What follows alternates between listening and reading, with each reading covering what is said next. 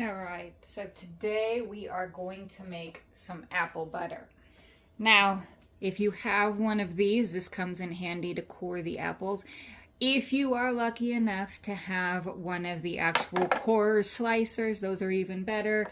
I don't know where mine is, so we're just going to have to do this the old-fashioned way. So we're going to get apples, right? We're gonna peel the apples. I'm sorry, we're not going to peel the apples. We're going to core the apples and we're going to chop the apples and then we're going to place them in a slow cooker. All right. So just want to get that core out. Right? Not like making an apple pie though, because you don't have to skin it. All right, but that being said, because we're not skinning it, we want to make sure that, one, if you see any of your seeds in there, get them out.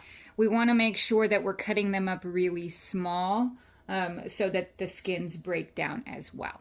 All right, so I'm going to be doing this for a while because I'm going to be cutting up a little over 4 pounds of apples. So I'll be right back with you after I cut them up. Okay, so now I have the spices in here. What I have is some brown sugar, some white granulated sugar, cinnamon, cloves, and salt. Okay, so we're just going to mix those up.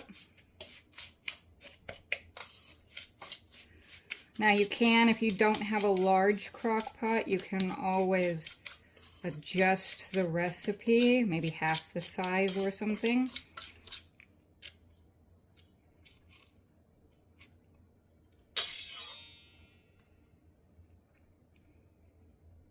Sometimes brown sugar gets in chunks, and it's just because it's made with molasses, which is a wet substance.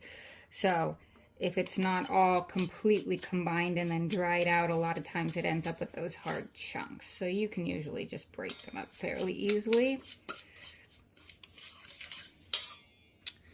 All right, so here is my crock pot. I'm going to go ahead and dump all those apples in there.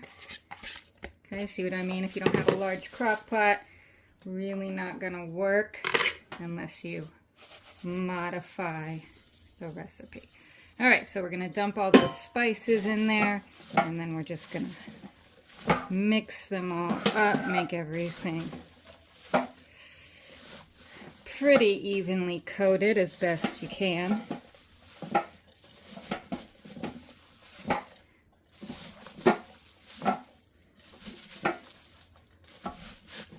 All right, so once you get everything pretty well coated, what you're going to do is put the lid on.